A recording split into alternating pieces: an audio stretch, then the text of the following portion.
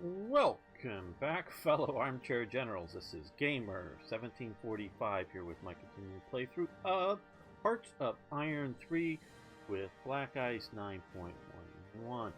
And we're continuing the Great Crusade against Bolshevism. Alright, couple of notes based on some of the recent questions, comments, suggestions I get down below. One was that I should move my forces from here to the Eastern Front. I guess I put greater strategic importance on this front. And these are also pretty meager forces. If this is really what the... and we're not talking the garrison, I don't think. You know, the Africa Corps here. Which is, you know, a couple of panzer divisions, and then just a Jaeger group, which is doesn't even have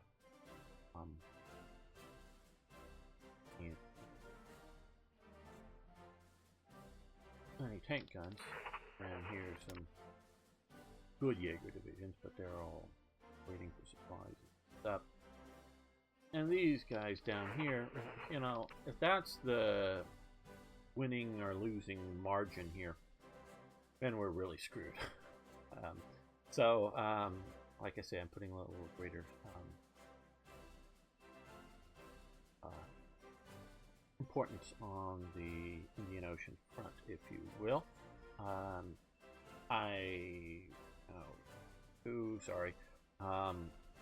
Suggested to build some more motorized infantry units, and I have just the battalions, so they're fairly large battalions.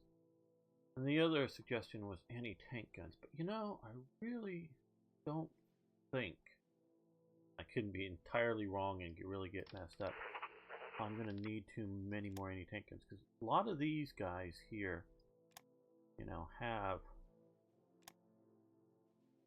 you know, the Jaeger units that I sent for the Eastern Front have anti-tank guns. I don't know that that's a big thing, though. Consider it. So there's that, but I did do that. And I was asked, how could the Germans have won? Because I've basically said that they were incapable. Well, this is tricky because how could Germany have won Barbarossa, or the invasion of the Soviets? Okay, you have to understand the nature of warfare. And I know some of you guys are veterans, and it does come into combat, but this is, you know, obviously does come into combat. It's that sort of give up point that you have, and whether it's in a, you know, one-on-one combat or whether it's grand scale, at some point, you know, the idea of fighting a war isn't to kill the enemy. You have to understand that. And if you understand Sun Tzu, it's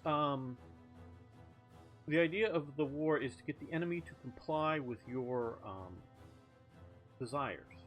And if you can do that without ever fighting a battle, you've won. In my opinion, one of the most successful armies, I think almost ever. Probably the most successful army. And I'd love to have you try to give me a more successful army. The most successful army is the Swiss army.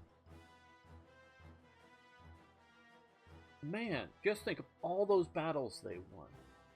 The wars they've won. Yeah. World War I. They won. No one invaded them. They invaded Belgium, Germany did, to get, not to take Belgium, but to you know, go after the French. World War II, Germany invaded just about everybody, including the Italians, once the Italians switched sides. They already had troops there, but they invaded. They didn't invade Switzerland. Now, could they have? Absolutely. The German Imperial Army could have crushed Switzerland.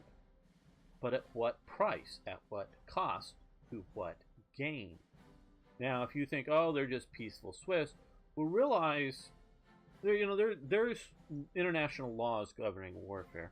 Now, nations often, or organizations often don't obey them, but there's a whole bunch of laws out there regarding mercenaries that are allowed for international laws.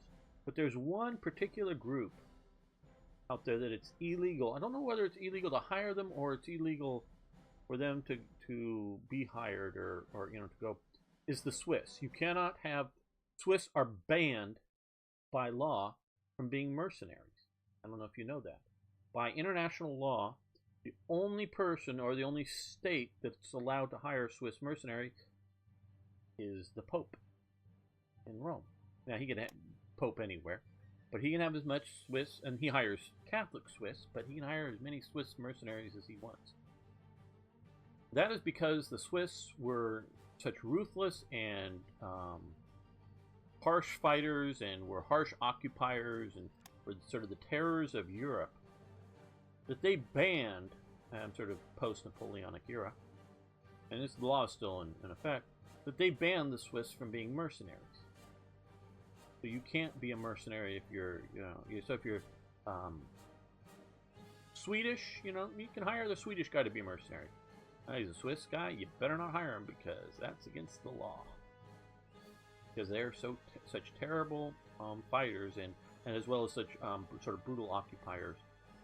So the Swiss have this violent, warlike reputation of fighting wars. I don't know what the Swiss would be like today. It's been a long time. But their army won so many battles, won so many wars, and did it without any combat. Because they convinced the enemies not to attack them. And, if you're American, you know the gun debate that's going on here, and Europeans, they always say, oh, too many guns in America, guns, the problem, and, guns, Europeans, yeah. Well, from that, half the Swiss, one out of every two Swiss own a firearm. So half the population owns a firearm. That's not just, that's from, if the facts are correct, and I'm getting them from source, they could be incorrect. That's not the number of guns in Switzerland. That's actual, half the population owns a firearm. Not just that's the number of guns, because you look at the percentage of the there's more guns than people in America. But it's a much smaller percentage, and people like me throw that percentage off because I have lots of guns.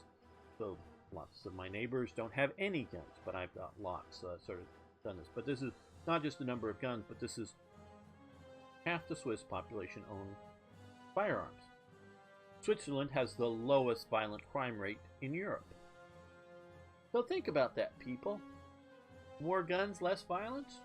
Well, there's other reasons for violence than just the amount of guns. Say you have a dissatisfied section of the population that isn't well employed, that then sees violent crime out as a way to deal with things. And I'm really sort of bringing this up as not so much the jihadi situation, but just mostly, I think, Algerians, but Muslims that were part of the French colonial empire, and when especially Algeria was part of metropolitan France and not an imperial or a colonial sort of possession. A lot of Algerians moved, but they have not integrated into society well, so there's conflict within society, so that conflict creates violence. That's one of the major reasons why there's so much violence in the American society, is that we have lots of conflict in American society. We have been constantly importing new and different peoples. And before you start and had a going on, or someone was going on about racist things, and I kept going culture, and it had nothing to do with their race. This is just new groups of people that have been moving in, whether it's been Italians moving into America in the 19th century, or whatever new group of people that have different cultural values that come into America at different times, and there's conflict. We in America do not have a stable society. There's a constant shifting of populations to different parts of America. Like, if you are moderately well off, you're leaving California. If you're rich or you're poor, you're staying in California. If you're moderately well off, you're leaving. It's like to get a U-Haul van or trailer, if you know what that is, it's like 8 times as much to rent one to take it out of California than to take it into California, because everybody who really can sort of move is leaving California because of bad jobs, high taxes. They're going somewhere else. And so people in the middle are fleeing California. So, but we're also seeing large incoming peoples, mostly from outside of the U.S., into California because of the social welfare system in California. So we're constantly having this flow of people around America, which is causing conflicts. And, so that's why we have such violence here. At least that's my understanding of why we do. But, so Switzerland had this such violent reputation, had this warlike reputation, and convinced everybody to, if you look at the Sun Tzu thing, they've won so many battles. Now, of course, talking both about the Middle Ages with their mercenary groups, during the 18th century, lots of Italian states, as well as France, and I think some of the German states, hired lots of Swiss mercenaries. Some of the Swiss regiments in the French Royal Army were some of the better units, including like the Swiss Guard, who fought to defend Marie Antoinette and whatnot, died to a man defending an attempt at an escape. And so they were known to be such really good soldiers through the 18th century. And then starting in the 19th century through the 20th century, they fought 0 combats, but won lots of battles and wars simply by not fighting them and convincing nobody to attack them. Okay, so you have to understand, Sun Tzu and the idea that warfare is to try to impose your will or your desires on others. Switzerland has not had the desire to take any territory, but have had the complete desire to maintain its territory. And it has done so. Okay, so back to the Soviet Union. The idea of defeating the Soviet Union is not planting a soldier in every single one of their cities, or spread your soldiers out everywhere and occupy them. It isn't killing every single last Soviet soldier. It is to convince the Soviet Union to comply with your desires. Okay? Even Hitler knew that he had no plans or ideas of occupying all of the Soviet Union. I don't really, when you see the Reich Commissariats, I really don't know what they really envisioned. I sort of kind of think that they were sort of winging it, like, well, let's invade and win, and then we'll see what's still standing and negotiate something with them, sort of like they did at France. So all you have to do is to convince the Soviets to stop fighting. Okay. So my opinion with the French, with the French campaign, they had the what we've come to call the Blitzkrieg idea, is that they had the logistical ability to start here, well, this is Luxembourg, but start here and get to here. Enough gas, enough spare parts, enough ammunition, enough manpower, to get to here for the motorized army, and then from somewhere around here get down to push down into here. Actually, some of the harder fightings was post sort of Dunkirk situation. The French fought harder there for a while. And reached their sort of limited objectives. Okay, the longest march was Totenkopf, who ended up down here after their sort of long march around France. The Germans did not have the abilities to get to here. They just did not. I think, and I'm going off my memory, but I think it's less of one or more of the armored divisions that was sort of got within sight or almost within sight of the spires of Moscow or whatever. They were down at less than like 30% tank strength for the armored division. Now that doesn't mean that 70% of their tanks were destroyed. That just means on, I don't know, November, whatever, before the snows got there, or October, or whatever. I'm sorry, I'm lousy with dates. On that day, their return was, how many tanks are operational? Let's just say that they were, on their order of battle was supposed to be 100. There was 30. Some had a 76.2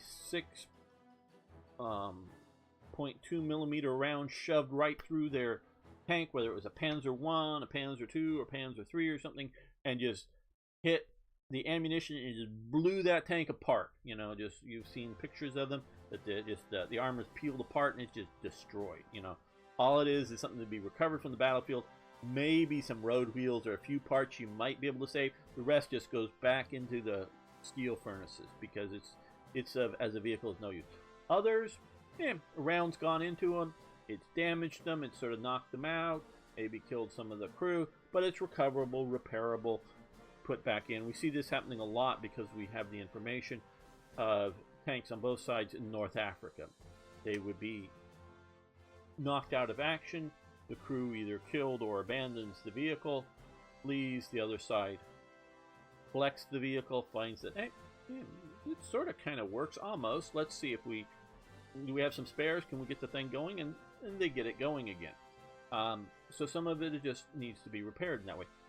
A bunch of other tanks during the march and encirclements and whatnot had simply stopped running and were in field workshops needing repair, and they were repairing them. And so one day you might have 30 tanks on your ready to go roll. The next day you have 35, and then the day after that you may be back down to 28. Some of those changes are because they're no longer driving, some are because they're being damaged.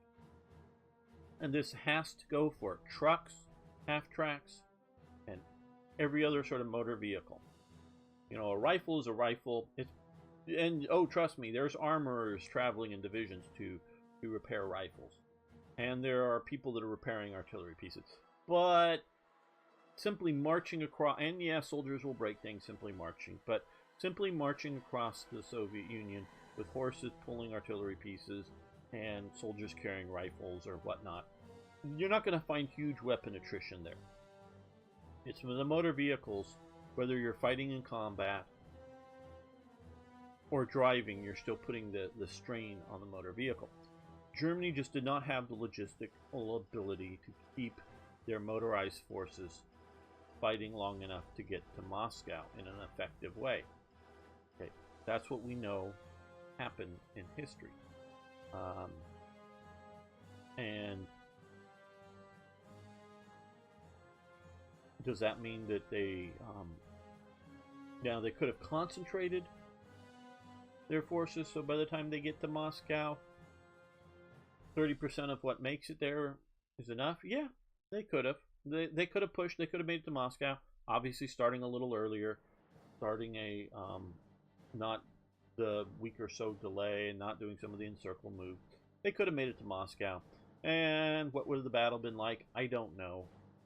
Would the Soviets have fought bitterly, a Stalingrad, and just battled it out? Maybe. And so then that would have been a disaster for them, for the Germans. Or would they see Stalin and Soviet, Politburo crew and other government officials fleeing on trains going east, and everybody going, I'm either myself fleeing east, or I'm surrendering. I don't know. We just don't know. Okay, so how could Germany have won? Let's take some realistic look at this. Germany could have produced more automobiles, more tanks prior to the war starting. Before the invasion of the Soviet Union, they had actually dramatically slowed down tank production and some of the other stuff, primarily because the war was over for the most part. Sure, they were, Rommel or the Italians were out fighting in North Africa, and yeah, they just sort of done the, invade Yugoslavia and Greece, but the war is mostly done, and the German army, the Heereswaffenamt, and others, including the tank production people, knew that the Germans wanted new models of tanks. Not just upgunning the Panzer III or improving the Panzer IV. They wanted new tanks. So they were sort of actually cutting back on production because the war was sort of over. And sort of anticipating, fulfilling sort of the need. And actually, it dips down in late 40, and they actually, starting in 41, push it back up to more production. So they could have produced more. We know for a fact, and I don't mean just simply 5 more tanks or 10 more tanks. A good 20 or 30% more tanks in for the year's period of 1940, the fall of France, to beginning of Barbarossa. They could have produced more. And they could also produce more trucks, I'm sure, and more whatever. How much more, I don't know, but they could have produced more. That would have helped. Now, can you defeat the Soviet Union in one season? Yes, if you can impose your will upon the Soviet nation so that it sees or thinks the war should be over. And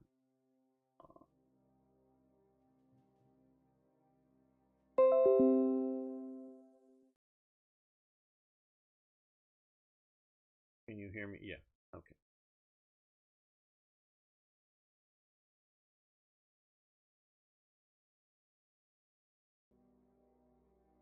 Sorry about that. So that you create the impression that you are victorious. Now, we know Stalin, I think it was for about a week, locked himself in his room or whatever. I'm not... and refused to see government people. I'm sure he was eating food and whatnot, but he really sort of freaked out there at the beginning of the invasion. And he was a very paranoid person.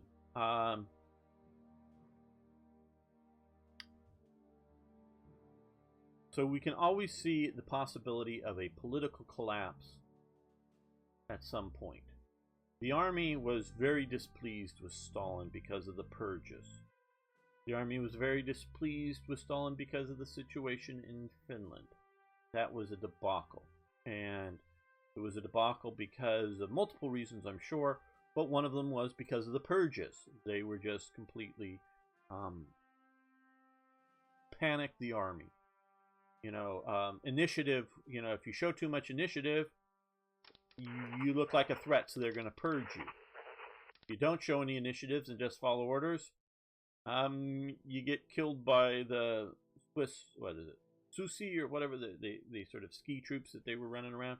And lots and lots of people died during the Finnish invasion, and just saw that it was just a complete mess. Okay, and other reasons that the Soviet army was not pleased with Stalin. So had it looked like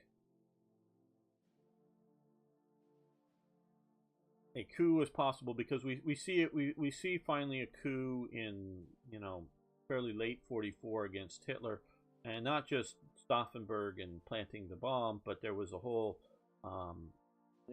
mildly widely known plan for a move by the troops in and around Berlin to attack National Socialist armed organizations. which obviously for sure is the SS in there, but probably also means SA elements that were armed by that time. I don't even know. I don't know whether it means the Luftwaffe, because the Luftwaffe was a National Socialist organization. But I don't know what the Luftwaffe was thinking. Where are you? But so that they had plans. Obviously, the average soldier didn't know the plans because it would have leaked. But there was a plan to coup against Hitler to keep Germany from being destroyed at that point. I don't know what they thought, whether they thought they could negotiate a peace with the Western Allies and then continue fighting against the Soviets, or what, I don't know. But they saw that Hitler was mismanaging the situation and had a coup against him. At some point, there would have been a coup against Stalin. Now, what was that point? I don't know. Him and 5 other Soviet soldiers sitting over here that as the Germans are approaching, finally 3 of the 5 Soviet soldiers that are left alive with Stalin finally decide, oh, well, if we shoot this guy, they won't shoot us. I don't know what's the point. Is there going to be a coup against Stalin? There will be a coup at some point. Now, that doesn't mean the coup will be successful, but there will be a coup at some point if if they're losing and it's looking like at him. So, now if he's successful, he's being an effective leader, you very likely may not have a coup. So, which, I don't know if there were any coup attempts against Stalin. I just don't know, quite honestly. None in this sort of period, to the best of my knowledge. But you have the Trotskyites trying to do things, and all those show trials, there may have been some elements that were considering possible coups. I don't know if any of them tried and just didn't work or whatever, but before the war or something. But at some point, if it looks like Stalin is mismanaging the situation, we can see a Soviet surrender. Okay, so what would it take? I don't know what would it take to have happen. Now, I do know if you look at a railway map, sort of a spider web with the center of the hub, Moscow. Take out Moscow, you're going to greatly affect rail transport in the Soviet Union. So could Germany have done all of that? I don't. Well, you got to take Moscow.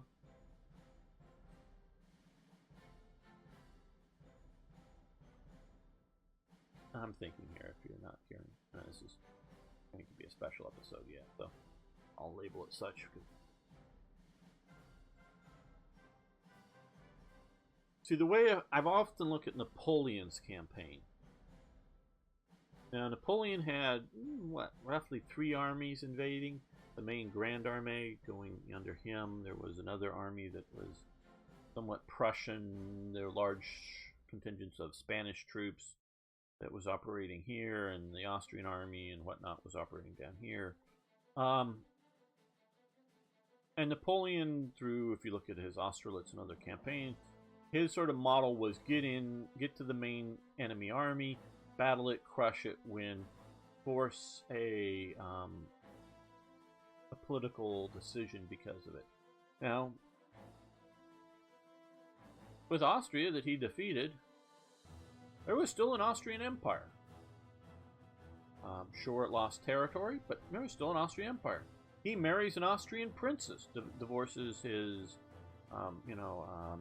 Josephine, Buharnes, or whatever her last name was, or is that her married name or something from her previous marriage, but divorces her, marries a Austrian princess, has a son, Napoleon II.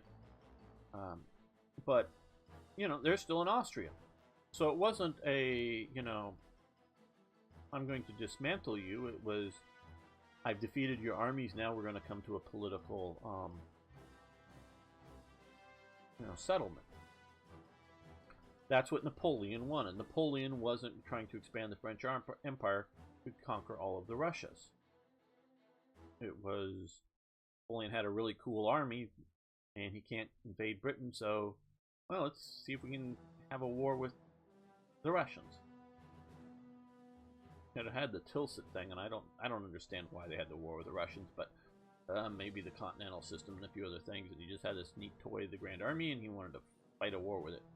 But, so he was looking to crush the Russian army. Well, the Russian army refused battle.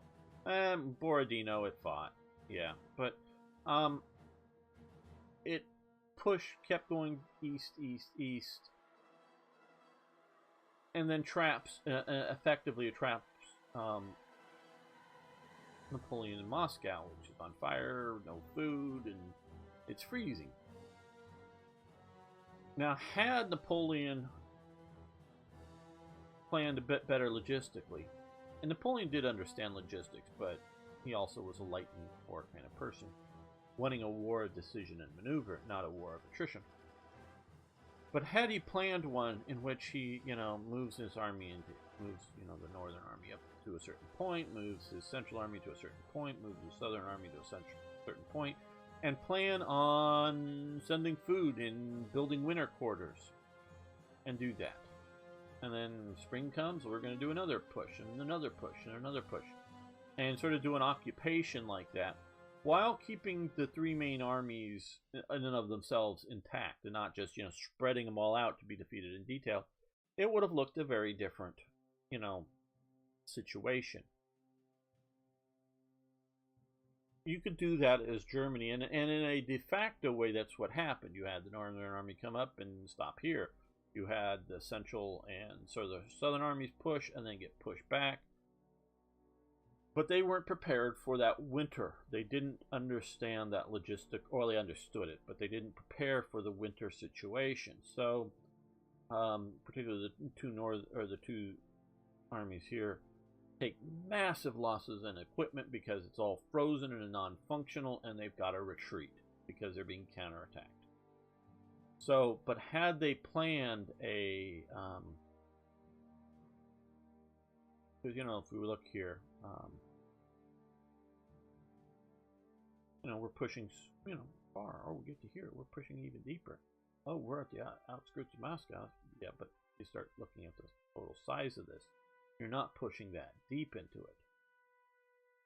Yeah, most of the industries as part of Russia. So, what I would have done. I guess could have been what I would have done. I don't know if it would have won. That's the difference, because I've been trying to, how could Germany have won? What I would have done. I would have planned a campaign season with reasonable objectives. Taking sort of this distance and then sort of this distance in mind. So that distance. So that would put you sort of here, put you sort of here, push you to sort of here. For the three armies. Army groups. North, Central, and South. I would have started the campaign similarly with aerial attacks on the air operations, but I would have taken special note of their railway systems, and I would have air attacked those. I don't know if I would have had the foresight. Obviously, looking in hindsight, one of the major reasons that I want to attack the railway system is to keep the Soviets from shifting industries east. Because if you can't rapidly do them on the railways, there is no way to move the industries. The Soviets might have been able to deny Germany the use of the industries by destroying them, but they would not have had the use of them themselves. So I would have concentrated hitting railway targets including railway bridges as a very high priority. But even if you don't have that in hindsight, you do have both the ability for the Soviets to move forces via the railways, to attack, to retreat, to get out of pockets on the railways, whatever, as well as move supplies, that ever critical thing, on the railways. And that includes food, ammunition, fuel, whatever. Destroy, leave a certain buffer of it alone that you think you're going to get too fast.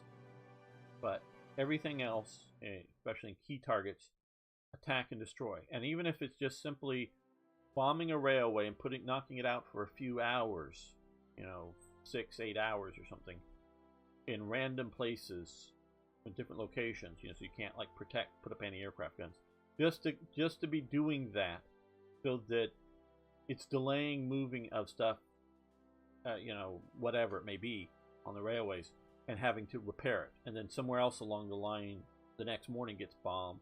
Somewhere else along that same line, in the afternoon gets bombed. And somewhere else, just before the sun going down, while you can still target, gets bombed again at different points along the different railways. I would have been constantly doing minor attacks against the railways to stop strategic movement of supplies, troops, equipment, tanks, whatever. Stop strategic movement.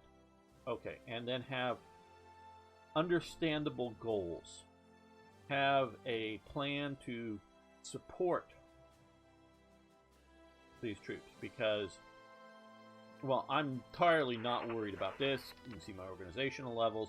You see troops coming in here that are just going to catch up, and oh, we're moving here, so they move to here. But if you've got another Napoleon situation, bunch of German armored forces sitting here, a bunch of them, and then with the inability to supply them well, not necessarily cut off, but shaky supply, because they've done the sort of Rommel type thing of breaking loose and charging at the enemy and going deeper. You disrupt them, don't worry about your flanks, just go. But on a army scale, not even on a divisional scale, but an army scale, you could be controlling a big chunk of territory out here, but you might not be controlling some of the other areas well, and your infantry armies are marching forward, may get delayed. So have, and I've talked about this before, have a plan to rehabilitate the Russian railways very rapidly. I know that somebody was posting, sorry, I keep forgetting. I know who you guys are when you post and I chat, but I don't know. But they talked about how the Germany captured a lot of rolling stock and engines on the Polish invasion. Well, if you look at the railway system in Poland, most of the railway system, about 60+% of the railway system in Poland at the start of World War II was in the former German Empire. So most of it was in Western Poland. The former Russian Empire parts of Poland has a very little railways. Longer railways, but much less area connected to it. So probably they were, almost tripping over the railway cars, hours after the invasion, just because of distance, so that you can capture the railway stock. And once you sort of cut off the railway lines, you can't pull the stock out, withdraw it. Different situation in the Soviet Union. So and so that the thought was that they just used their Soviet engines and railway cars on their own tracks. But have a plan to convert, rehabilitate. Since you were planning on bombing bridges, have a plan in place to build good, and you can look at the American West, good railway bridges rapidly out of wood that would readily cross the rivers and replace whatever has been destroyed or damaged, and have that set up and have achievable goals and get there and do that for your campaign season, and then have a winter plan. Even if the war is over, Moscow still may be Soviet, but they've settled on a super Brest-Litovsk line. If you look at from the World War I, whatever, okay, you get to Ukraine, you get Leningrad, you get to Rostov on Don, you get all this stuff here. That's now yours. We're keeping whatever, Well, all those troops need to occupy it. So have a winter, or whatever it may be, have a winter plan of what to do. Clothing, food, how to keep everybody supplied. Have a winter plan. And then you sort of play it by ear. If there's not much resistance, yes, push, push, push. There's lots of resistance.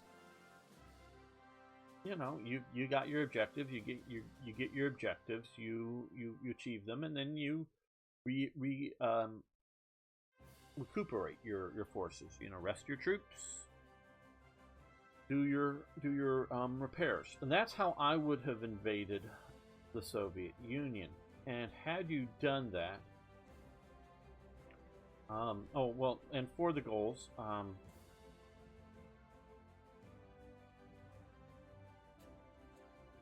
it's been a long time. I've really looked into it. I don't, I'm not exactly quite sure why right at the moment why Leningrad became the battle that it was. I don't know whether the Germans wanted to save the city for their use, or they just really sort of thought they could just starve it out. Obviously, they were unable to. Well, people starved, but they were unable to starve it out. But I would have had this as an objective, and I would have had Moscow as a objective. But I would have really prepared what's going on there.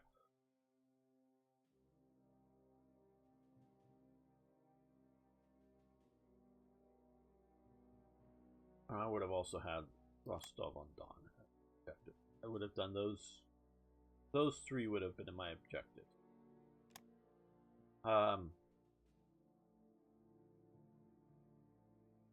So that's what I would have done, how I would have fought. Now, obviously, I'm doing something slightly... Well, I'm going to try to, because we have victory points, I'm going to try to win this in a season. I'm going to try to do more than that, but I'm trying to look at historical reality as I understand that.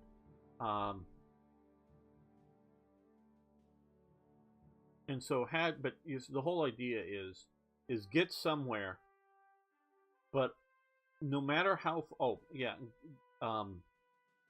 planned goals is, even though I'm willing to push deeper into the Soviet Union, have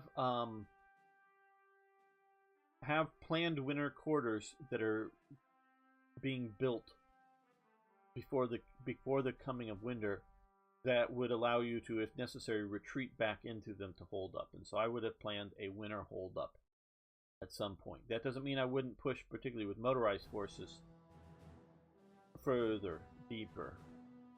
So maybe this is all useless. I don't know. Hope it was of interest. Turned out to be more of a talk on the subject of that, so I'm going to be labeling it as such. So come back next time for a real active gameplay. Thanks so much. See you next time for more Hearts of Iron.